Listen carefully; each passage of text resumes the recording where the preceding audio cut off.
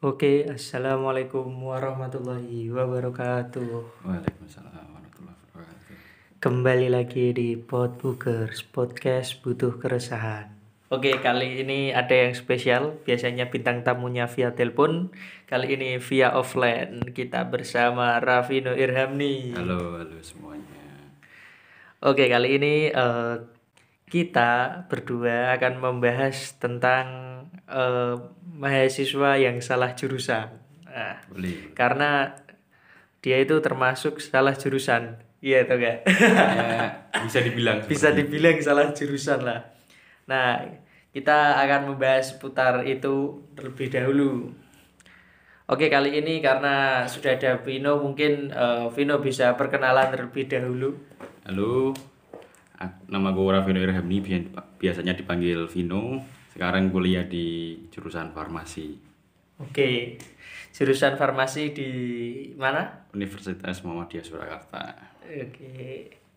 Bagi yang mau ke Muhammadiyah Surakarta hubungi. Boleh. Malah Nanya-nanya, Bapak. malah PPDB. Gak apa-apa. Oke, sekarang udah semester 2 lah, dikatakan udah 2 semester. Nah, kan pernah bilang gitu ke saya gitu. Ya dia fun fact aja, dia itu temen kecil saya sampai sekarang. Dia tuh pernah bilang kalau nggak terlalu suka di bidang kesehatan. Iya benar, memang Apalagi saya akui. dia itu apalagi ini harus menjalani di bidang kesehatan akhirnya. Pada akhirnya di bidang farmasi itu.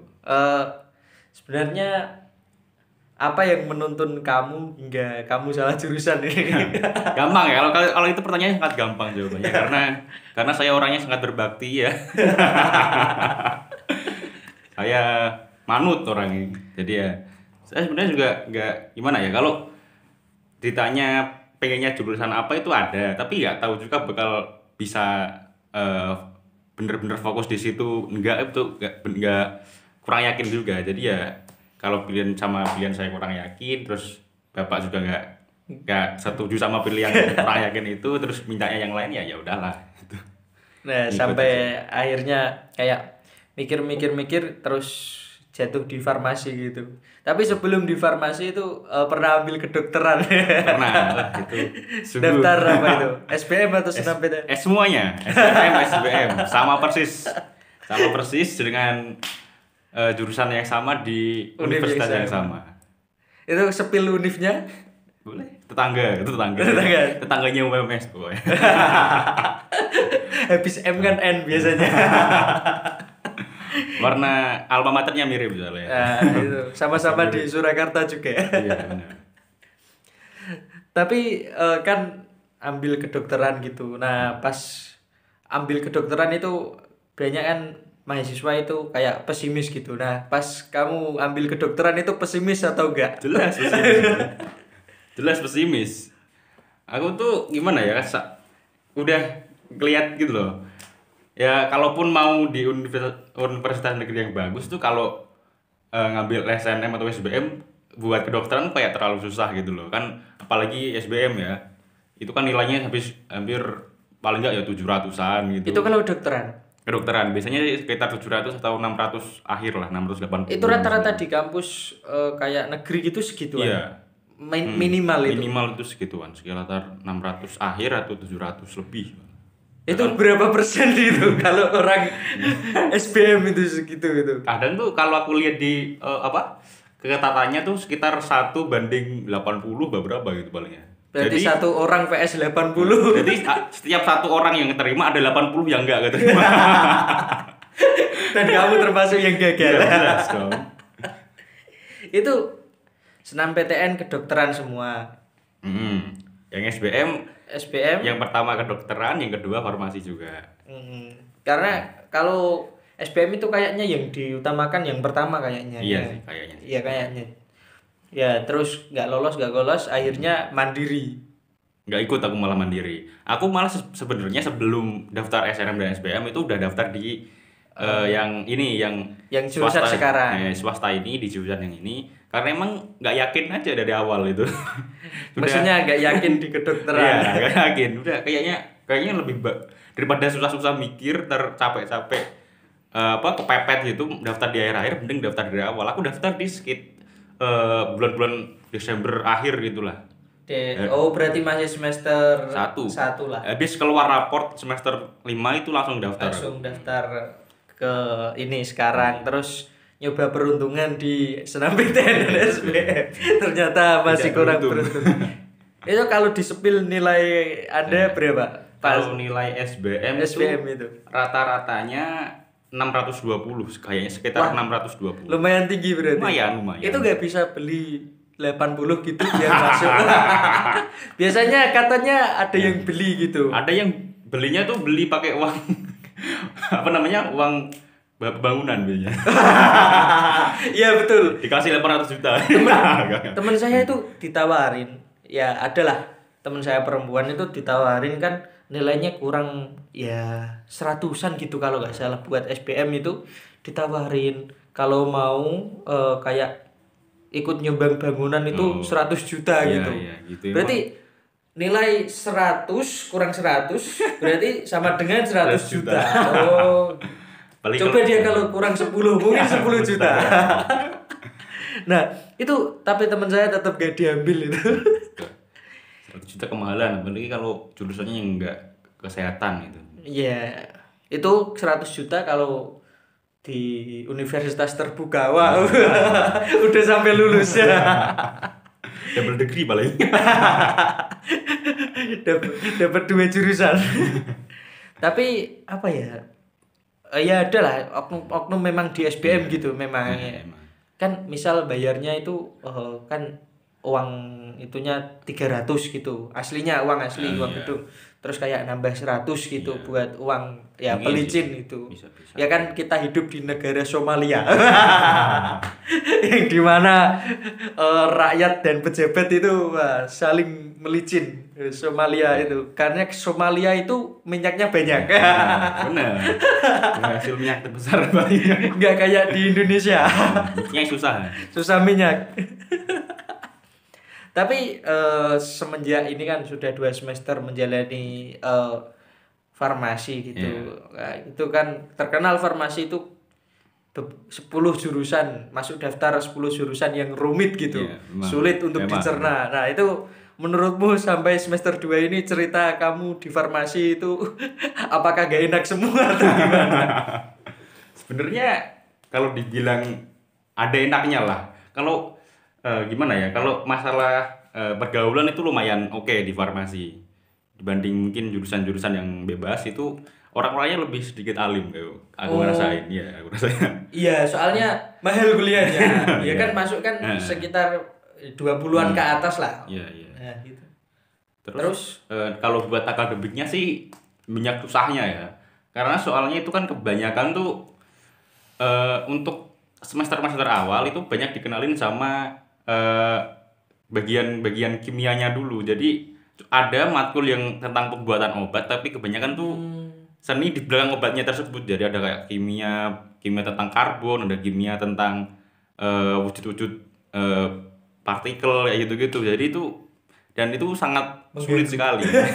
Sangat mengganggu banget. Itu kan aku dari SMA tuh kan emang nggak terlalu pinter di kimia, terus masuk sini tuh kayak kaget. Untungnya ini masih online ya. Jadi untuk untuk UTS UAS tuh masih bisa contekan. Masih ada harapan lah itu lah. Gitu. Untuk nilai juga masih bisa bagus. Iya. IPK semester 1 masih aman. Aman. Masih 3, berapa? 3,9. Salah jurusan tapi masih pinter dia. Itu kan ini kan nilainya kan kebanyakan dari UTS UAS lah. Itu UTS UAS emang ada cara menyiasatinya lah. Kalau di emang jurusanku itu memang soalnya dari misal soal tahun ini dari tahun-tahun kemarin tuh masih ada banyak yang sama. Jadi mempelajari soal lama. Males revisi. Iya, paling ada yang beda 20-30%. Jadi paling enggak udah dapat itu 70 gitulah. Kalau di tempat saya dosennya males buat soal. Ada dosen-dosen yang males buat soal. Jadi yang suruh buat soal itu mahasiswanya. Itu beneran. Itu udah direncanain, pikirnya yang pendek-pendek. Iya. Nanti di-share yang lain gitu. Nanti itu terus ya kan misal soalnya keluar gitu ya sama sama kita yang buat soalnya kok dibagiin lagi ya gitu. Terus ada apa kayak pikiran untuk keluar dari farmasi ya. Apa masih belum ada untuk sampai saat ini? Kalau ada sih. Dari pertama masuk minggu kedua tuh udah ada kayaknya sih. Wah, sepertinya ini jurusan apa? Kok kimia semua Iya, gitu. Kaget dari awal tuh udah kaget, kimianya banyak banget. Tapi ya kalau sebenarnya kalau tahan sih tahan-tahan aja karena secara pergaulannya itu ya itu lagi pergaulannya masih enak, teman-temannya menyenangkan. Terus dan sebenarnya yang lebih jadi pengen untuk keluar tuh bagian akademiknya itu karena kayaknya Susah yang gitu. susah banget soalnya dalam apa ya pembelajaran tuh kalau matkul kimia tuh hampir paling yang nangkep tuh cuma 20-30% gitu dari 100% materi itu. Memang kimia susah memang.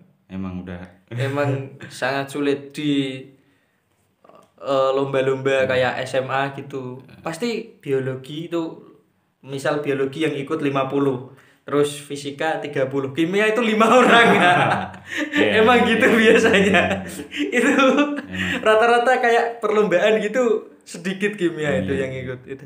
Apalagi farmasi ini semua pasti yang dipelajari kimia. Padahal menurutmu sendiri itu yang kamu pelajari ini bakal berguna nggak ketika kamu lulus nanti? Mungkin pas udah praktek tuh yang paling sering digunakan ya teknik kayak pembuatan obatnya. Tapi kalau dipikir-pikir lebih jauh sih emang perlu sih landasan pengetahuan ini untuk pembuatan obat itu. Jadi ya kayak kalau obat ini tuh larut dalam apa. Jadi kalau misal harus dibuat sirup tuh aman enggak itu harus kita tahu gitu. Jadi mata kuliah kimia ini ya perlu sebenarnya tapi ya emang indirect nggak langsung nyatu langsung gitu nyangkut tapi ya gitu. emang kalau perlu ya dipikir ya emang perlu aja sih. Kayak dasarnya itu kan Iya. perlu gitu. Tapi kalau tak pikir-pikir kok nanti buka apotek gitu.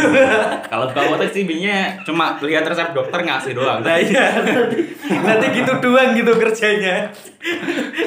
Tapi kan ada beberapa orang yang ingin kayak buat kayak PT atau obat gitu, kerja pembuatan di obat. industri kan ya juga Industri perlu. kan perlu penelitian kayak lebih lanjut dari industri obat-obat gitu. Apa? Kalau teman-teman kamu itu rata-rata gitu pas ditanya habis kuliah farmasi cita-cita ngapain gitu. 70% itu ya emang pengen Buka apotek. buka apotek sendiri. Dan mungkin 50%-nya dari 70%, 50% sebagainya itu disuruh orang tua juga. Jadi dan itu yang 50% mungkin orang tuanya juga bidang kesehatan. Iya. Mungkin sangat memungkinkan. kayak gitu. Tapi kelebihan dari jurusan farmasi dibanding jurusan lain menurutmu sendiri selama 2 semester ini apa? Kelebihannya ya apa ya? Aku sih bingung sebenarnya aku nggak terlalu suka sama mata kuliah yang MIPA gitu yang misalnya yang emang yang bener ini yang lain salah gitu kan bisa gitu. Iya. Tapi ya kalau dipikir-pikir ya emang ada beberapa poin-poin yang dijelaskan itu sangat membuka pikiran gitu soal obat-obatan gitu. Apalagi di kampusmu itu kan ditambah keislamian. itu.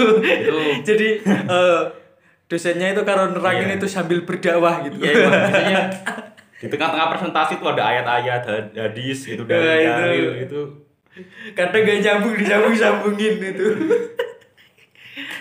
Tapi kan sebagian besar kan juga kayak cita-citanya kan udah jelas gitu kayak buka apotek lah Iya, gitulah kalau lulus kebanyakan. itu.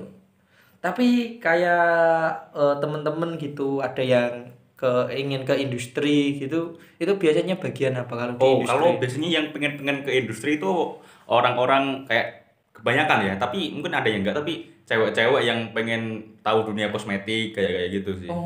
Pengen Oh. dikerja di bidang kosmetik gitu. Tapi semisal kita lulus dari farmasi kan, terus kita pengen kayak buat kosmetik sendiri gitu, seperti MS Glow dan lain-lain gitu, kayak gitu boleh nggak? Kurang tahu aku sih. Mungkin kalau kan itu kan hasilnya membuat produk sendiri. Kalau produk sendiri nggak tahu kalau lulusan apoteker tok itu bisa apa nggak tahu aku sih. Belum riset ke sana. Belum riset ke sana ya. Cuma ya taunya ya kayak, tapi kalau kayak bikin obat sendiri itu biasanya dibolehkan. Udah kalau itu udah. Kayak misal, biasanya kalau di apotek itu kan misal untuk umur-umur tertentu resep dari dokternya itu harus nggak sesuai sama obat yang sudah jadi. Misal tabletnya itu 500 miligram, tapi karena anak-anak harus sekian dan dijadikan bentuknya salah bentuknya tablet jadi bentuk cairan itu Hmm. dari memodifikasi dari si obat-obat itu jadi yang bisa dikonsumsi untuk umur tertentu biasanya gitu sih kalau di Oh, apotek. kalau di apotek gitu. Iya. Terus kalau misal kayak kita buat obat sendiri, misal produk buatan kita gitu, itu apa kita bisa atau kita kan biasanya izin dulu ya Iya, kalau mau buat obat. Terus Ke BPOM. ya apakah kita bisa kayak membuat obat gitu, misal kayak obat apa gitu, obat COVID ya misal kayak gitu. Kan risetnya kan juga Iya. banyak, terus kita selain itu perlu izin juga, terus perlu riset juga. Apakah jika kita kayak mencoba-coba buat menciptakan itu boleh? Ya kalau Menurutmu aja deh. kalau boleh sih mungkin boleh-boleh aja, tapi kan itu kan udah tingkatnya praktisi ya. Mungkin kalau praktisi itu kalau ya sebenarnya nggak harus itu juga, tapi kalau pengen tahu kredibilitasnya mungkin paling nggak ya S2 dulu lah S2 gitu. dulu gitu. Soalnya kalau S1 kan ya yang dipelajari masih bagian-bagian. Ya mungkin udah termasuk dalam, tapi ya untuk pembuatannya itu kan perlu ilmu lebih. Walau mungkin boleh-boleh aja, aku nggak tahu juga sih. Tapi kayaknya kalau pengen obatnya bisa dikonsumsi bener-bener dan punya yang buat itu kayak kredibel gitu. Emang ini orang bisa buat obat gitu ya, paling nggak ya S2 dulu lah kayaknya. S2 dulu. Emang rata-rata harus S2 dulu gitu. Kayaknya. Rata-rata kayak psikologi gitu, mau dibilang psikiater harus S2 dulu. Terus kayak kamu sebenarnya ada tujuan nggak untuk ke depan? Misal lulus dari sini, terus kamu akan ngapain? Entah kamu buka apotek, terus kamu tinggal tidur-tiduran. Mungkin ya. Aku sih ya mungkin kalau dari rencana planningnya orang tua saya emang pengennya ya buka apotek. Terus mungkin kalau bapakku tuh minta aku lanjut S2 gitu sebenarnya ya. S2-nya nanti juga jurusan farmasi. Iya, sekarang udah ada. Dulu tuh masih oh enggak, dulu itu farmasi juga tapi gelarnya masih Magister Science, tapi sekarang udah ada M.Pharm. M.Pharm. Nah, udah ada. Petani. Ya. Sebenarnya itu disuruh itu terus jadi dosen, terus ada punya apotek sama jadi dosen itu. Kayaknya kurang minat gitu sih. Ya kan nggak tahu sih, tapi paling enggak sih aku ya mungkin untuk habis lulus ya pengen kayak kerja di mungkin rumah sakit 1 tahun terus baru bikin apotek sendiri gitu sih. Terus kalau kalau sebenarnya itu kayak aku dengar tuh banyak yang udah punya apotek sendiri terus masih bisa kerja sama yang lain. Soalnya kan udah di apotek itu ada yang apa namanya AA, asisten apoteker itu biasanya yang lulusan D3 terus bisa ditinggal nyambi yang lain, tapi itu masih belum kepikiran sih harus ngapain gitu. Oh iya. Terus udah punya apotek gitu sih. Masih lama juga nanti ya, siapa tahu keluar dari farmasi. Iya, siapa tahu diilhami ya bisa jadi apa gitu. Tiba-tiba orang tua saya, oh enggak, kayaknya emang enggak minat di situ, boleh ke sana gitu. Enggak tahu kan, enggak tahu. Kayaknya kok nilaimu menurun terus, pindah aja gitu. Tapi eman-eman udah setengah jalan gitu. Wah. Kayak kalau emang sebenarnya kayak rencana kamu sebelum ambil farmasi itu ambil apa? Oh ini ya, awalnya tuh aku tuh pengen awal banget aku mulai dari SMA dulu ya. Kelas 1 tuh aku pengen banget ke matematika terapan, statistika gitulah. Soalnya aku dulu kelas 1 nggak tahu kenapa kok kayak punya minat nggak minat sih, kayak ngerasa banget kalau pinter matematika. bener nilainya 100 terus itu. Atau gimana? Enggak sih, kayak ngerasa enak aja kan. Mungkin karena gurunya juga dulu enak ya. Aku kelas 10 tuh guru SMA aku lumayan enak di matematika. Berarti guru kelas 11 gak enak.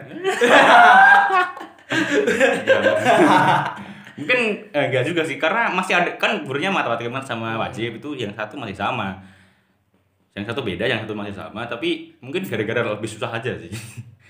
Awalnya tuh pengen itu, terus kelas 2 pindah lagi. enggak akhir-akhir kalau kayaknya terus akhir-akhir deket-deket kelas 2 tuh kayaknya matematika susah deh. Terus pengen mungkin negeri aja, tapi yang jurusan yang gampang, maksudnya yang penting negeri gitu, jurusannya apapun gitu kan. Pengennya gitu. Terus akhir-akhir kok mau kelas 3 itu suka ke kalau di YouTube tuh suka sering nonton kayak yang ngegame gitu apa yang jadi pengen teknik apa informatika biar dibeliin laptop gaming gitu. Tujuan utamanya itu, tapi akhirnya nggak boleh, ya udahlah. Akhirnya emang kalau jurusan farmasi gak boleh beli laptop gaming. Gak ada alasan yang bener-bener menguatkan itu kalau perlu, nggak terlalu perlu. Tapi kan bisa aja. Banyak teman-temanku yang itu bisa. Misalnya ya paling kan farmasi paling bentuknya ya kayak pengolahan data gitu ya. Nggak terlalu ya, lah. terlalu perlu untuk laptop berat-berat, jadi ya ngajuin proposal ke bapak juga susah gitu. Daripada beli laptop gaming duitnya ditabung mungkin buat beli apotek. Oke, mungkin itu aja dari Vino, mungkin dari kita berdua. Kali ini intinya itu salah jurusan nggak apa-apa. Asalkan selama kamu masih di jalan yang benar. Mungkin pesan-pesan terakhir untuk teman-teman yang masih belum kuliah gitu, masih mau kuliah gitu, gimana pesan-pesan untuk kedepannya? Mungkin kalau buat teman-teman yang mau kuliah, misalnya emang pengen udah tahu pengennya apa, tapi orang tuanya belum ngizinin, ya paling enggak dikasih usahain terus komunikasi sama orang tua gitu. Kalau mungkin orang tua tuh lihatnya kamu tuh melihat di jurusan itu tuh kurang prospeknya kurang gitu. Jadi mungkin kamu bisa buatin semacam bukti-bukti gitu buat portofolio. Jadi kalau aku masuk sini tuh ada value-nya gitu. Jadi daripada aku asal masuk jurusan yang aku gak bisa, terus akhirnya kuliahnya malas-malasan, nanti kan ke depan berjalannya juga jelas juga buat akunya gitu, bilang sama orang tuanya gitu. Kalaupun udah masuk ke jurusan tertentu tuh ya diusahain ya sebisa mungkin dilaksanakan gitu. Itu kan juga, itu kan juga apa ya, amanah. Mungkin emang takdirnya dari Tuhan udah gitu, jadi ya jalanin aja. Mungkin di tengah-tengah nanti ketemu emang minatnya, terus ada peluang itu ya, kalau bisa diambil ambil aja. Tapi sementara mungkin untuk jalannya mungkin harus lewat itu dulu mungkin sih. Jadi ya dijalanin dulu. Ada stepnya lah semuanya gitu. Oke, mungkin itu aja dari kita. Untuk teman-teman yang punya keresahan seputar kuliah atau seputar pekerjaan lah, dunia kerja, dunia kuliah, bisa WA saya atau DM saya di Dimas Syafi Aldi. Dan ini kalau mau follow tentang Vino ini juga reviewer film-film. Sekarang udah males lagi soalnya kuliahnya udah banyak lagi. Dulu pas liburan itu udah banyak banget. Wah, dia itu menghabiskan ratusan juta buat nonton film. Oke, terima kasih buat teman-teman yang sudah dengerin. See you and Podbookers berakhir. Assalamualaikum warahmatullahi wabarakatuh.